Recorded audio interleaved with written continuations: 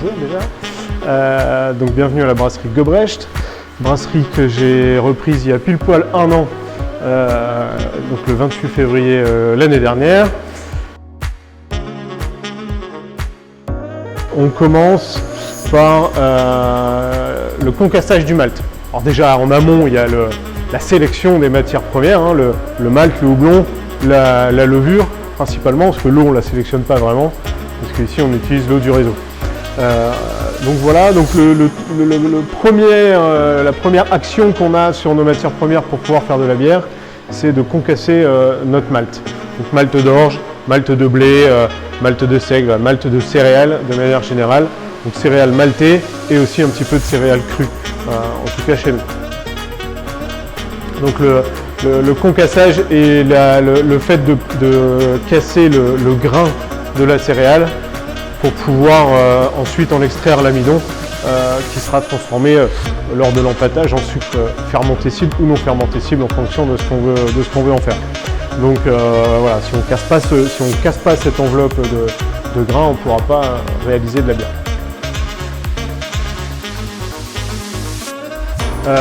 Donc voilà, une fois cette étape-là réalisée, on va procéder à ce qu'on appelle l'empâtage.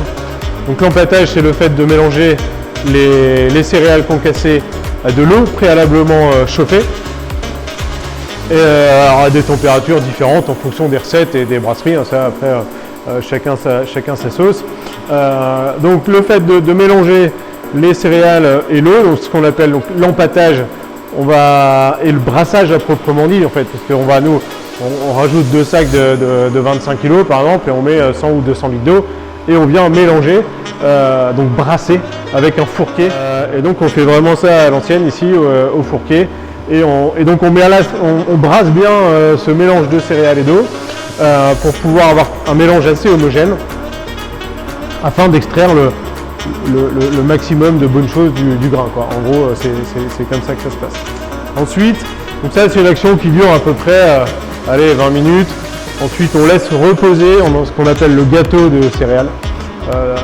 Donc ça dure à peu près 1 heure. Et une fois que ce gâteau est bien reposé, qu'on a extrait pas mal de choses qu'on a créé le mou en fait, on vient transférer ce jus, qui est un jus qu'on goûte assez régulièrement d'ailleurs, qui est assez intéressant, c'est un peu le café du brasseur, on appelle ça, c'est un mou chaud. On vient le transférer dans ce qu'on appelle une cuve d'ébullition.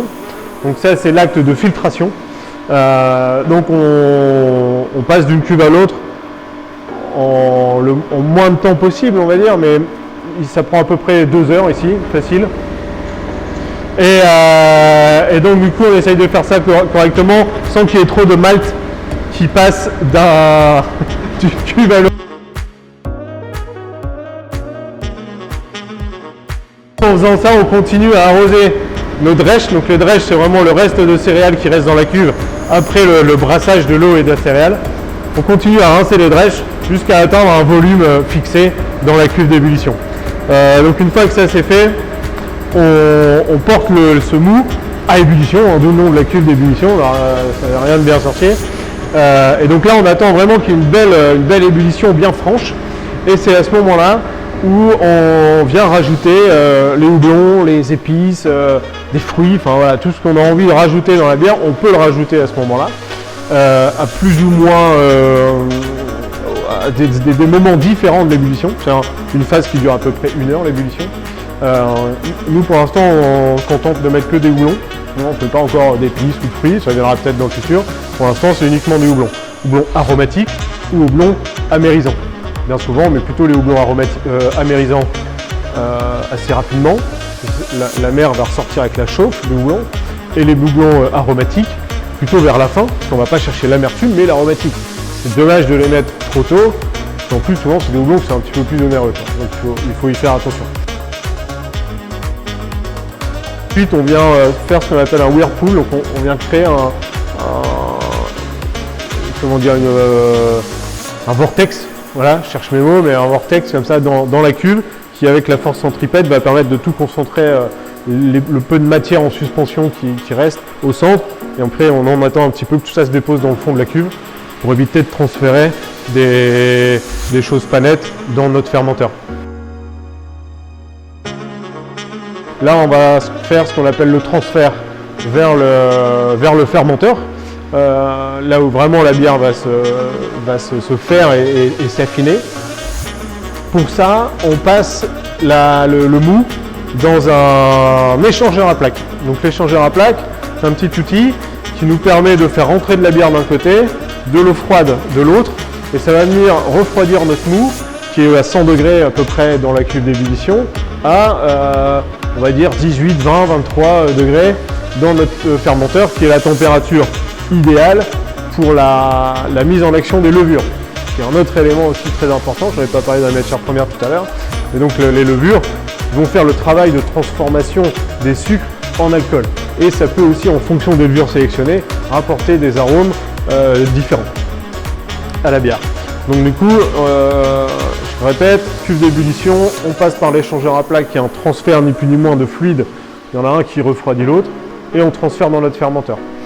Une fois qu'on est arrivé dans le fermenteur, on a ensemencé, on appelle ça, donc on a mis les levures. Là, il y a à peu près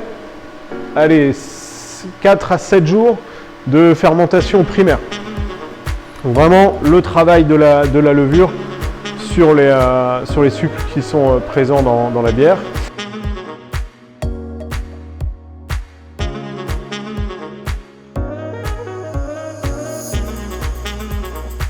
Et donc là, voilà, on surveille ça pendant une bonne semaine. Une fois qu'on a atteint, on va dire, notre densité limite, donc on estime que la levure a fait l'ensemble de son travail, on passe la bière en garde à froid, on appelle ça, et donc on fait chuter la température de fermentation à peu près 1 degré pour pouvoir sédimenter les levures dans le fond de la cuve, pouvoir les vidanger, on va dire, et ensuite on laisse la bière s'affiner pendant au moins 15 jours. Donc ici en tout cas c'est au moins 15 jours. Des fois on arrive à faire un peu plus, mais on fait pas moins quoi. Parce que ça après ça joue vraiment sur la qualité finale de la bière et ça je peux pas, j'ai pas envie de détériorer ça. Donc là on commence à arriver à la fin, il y a encore une dernière étape qui est le conditionnement. Donc là il s'est passé à peu près 3 semaines à partir du moment où on a fait l'empâtage et le jour où on met en bouteille. Il y a 3 semaines, une semaine de fermentation primaire, 15 jours de garde, on a nos 3 semaines bien faites.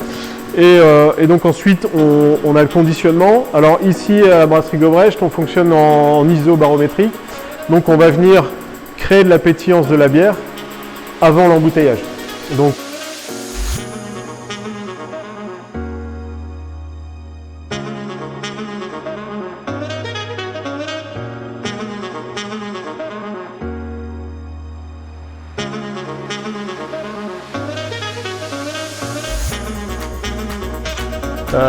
du coup on va venir saturer ou carbonater notre bière en CO2 et donc là on vient mesurer le taux de CO2 dissous dans la bière pour avoir une bulle constante, pour éviter d'avoir une fois une bière qui ressemble à un Perrier, une bière qui ne pétille pas. Voilà, on essaye d'avoir quelque chose de stable.